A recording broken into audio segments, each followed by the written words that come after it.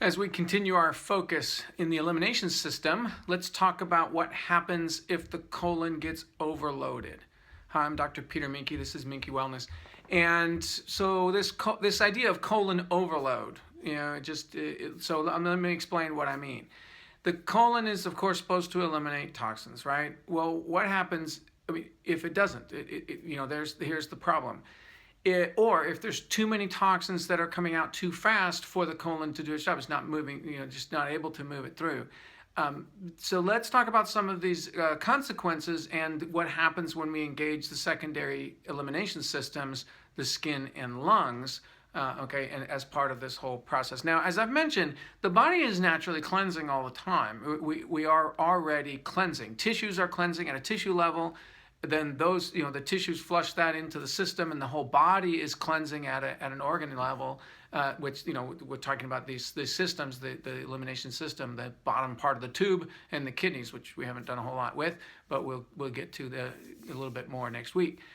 So if the colon in particular, if the poop chute, right, this tube at the end of the digestive system, it's not only, so there's really two parts of the elimination that it works with. One is the eliminating the food the stuff that we want to pass through the tube, the fiber and any other junk that's in the food that we don't want, right? We want to push on the digestive waste.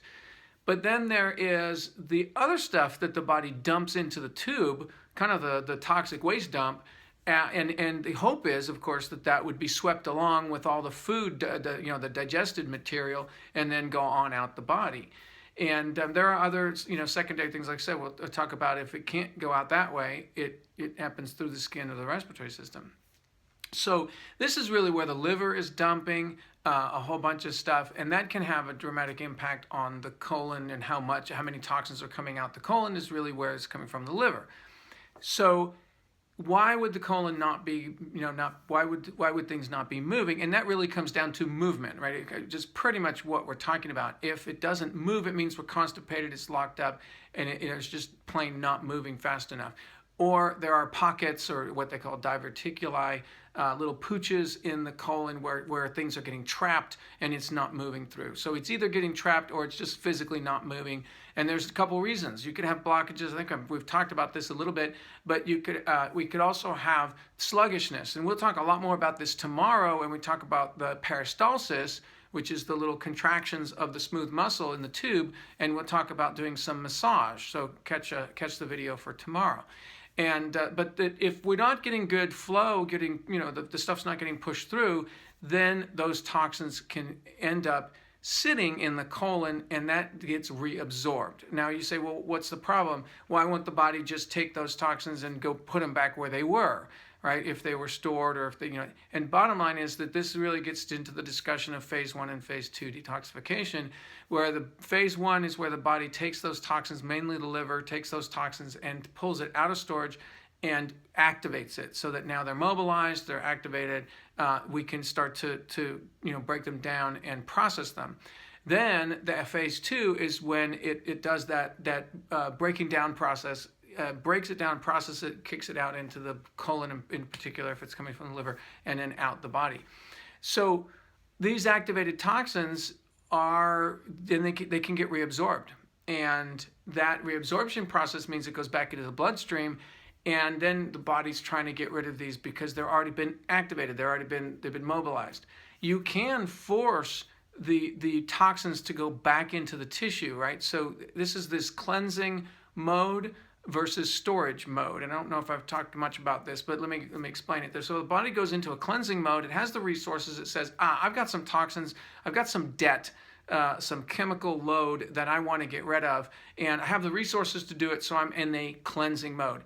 When you're in a cleansing mode, it's so much better, so much more efficient, and less irritating to the system if you just help that stuff get out.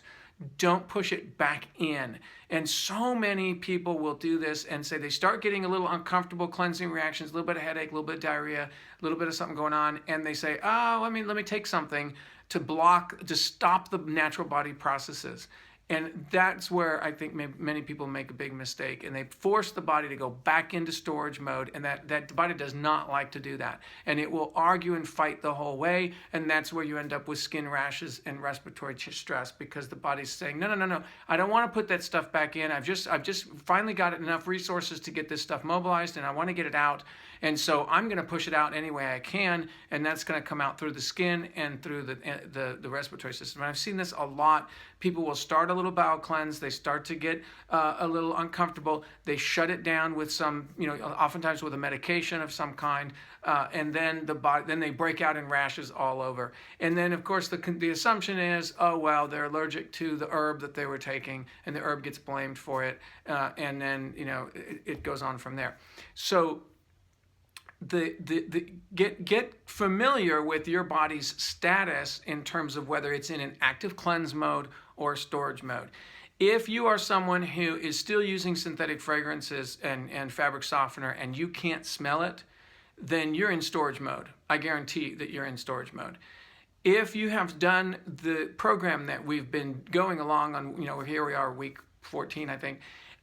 If you've been coming along the way and you've eliminated those synthetic fragrances on the first month, and now you're a couple months in and you don't have those anymore, the body's started to get rid of it, you will walk down the street and you'll notice that very strong, fabric softener fragrance, whatever that comes in the laundry. And it's almost intolerable. You go, ugh, and you can feel the coating in your throat as you breathe it in, and it gives you a headache pretty much instantly, and you realize how really nasty this stuff is, and you used to use that.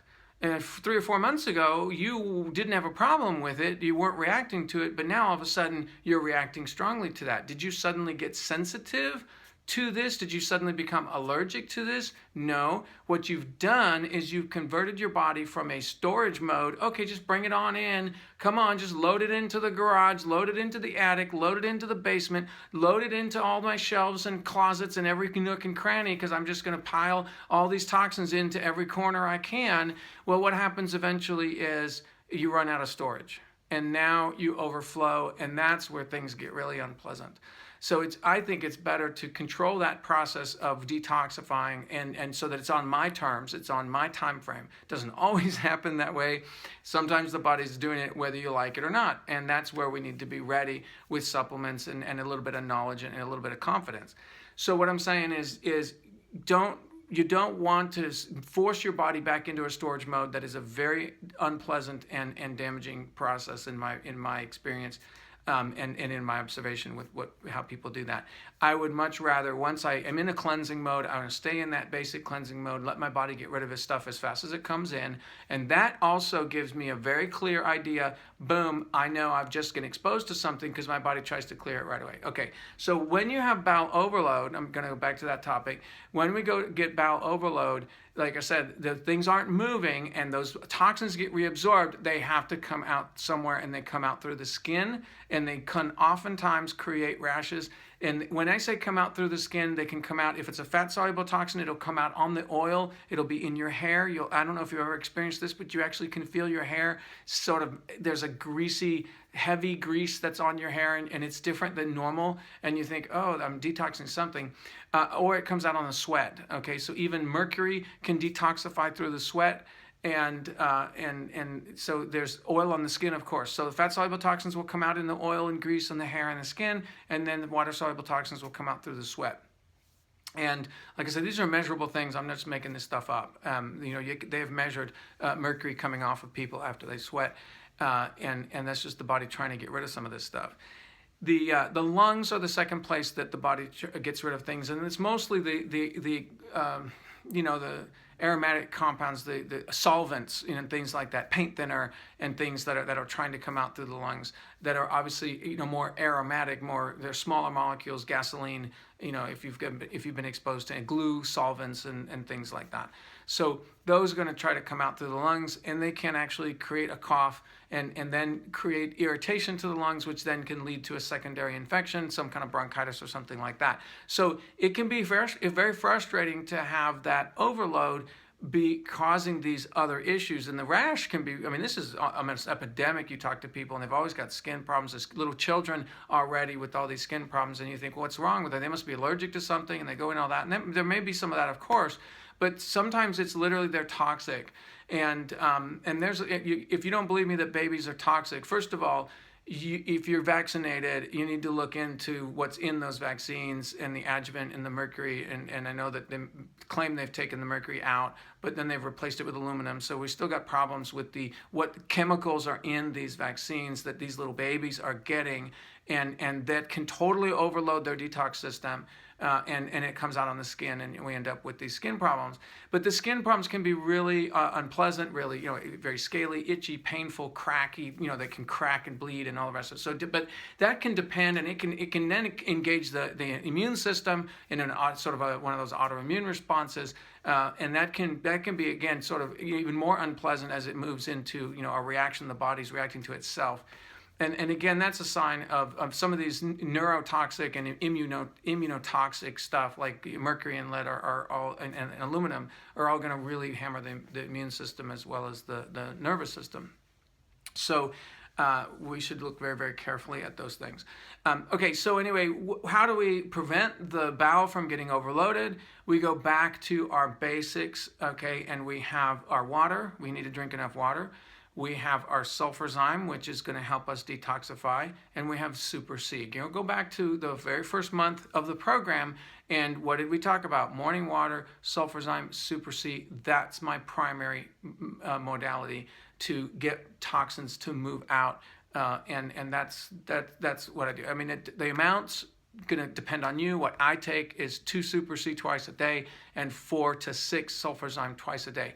I will up the sulfurzyme if I need to. If I'm still having a reaction that feels like a detox reaction, headache, I don't let it get to the point of skin. But I mean, I can feel when my bowels are just not doing the job, and I get a headache, and I can feel that the toxins are still running around the bloodstream. So that's why I use the sulfurzyme. Now, tomorrow, I'm going to talk about massage to help the peristalsis to get going, and we'll talk a little bit about structural work and the craniosacral work and what happens at the tailbone and sacrum if that's out of balance. And so there are some structural reasons why your colon might not be working, and so we can start addressing those. And if you can't do it with your own self-massage, you could go and get professional help in the form of craniosacral therapy. We'll talk more about that tomorrow, so please tune in tomorrow for that part.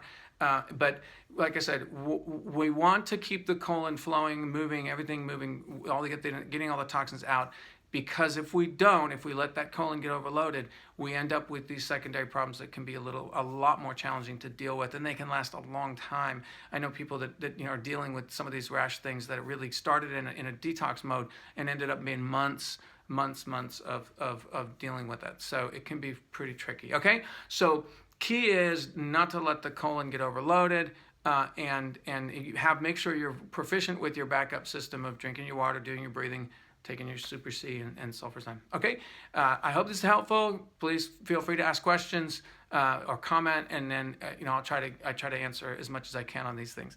Happy wellness. We'll see you tomorrow.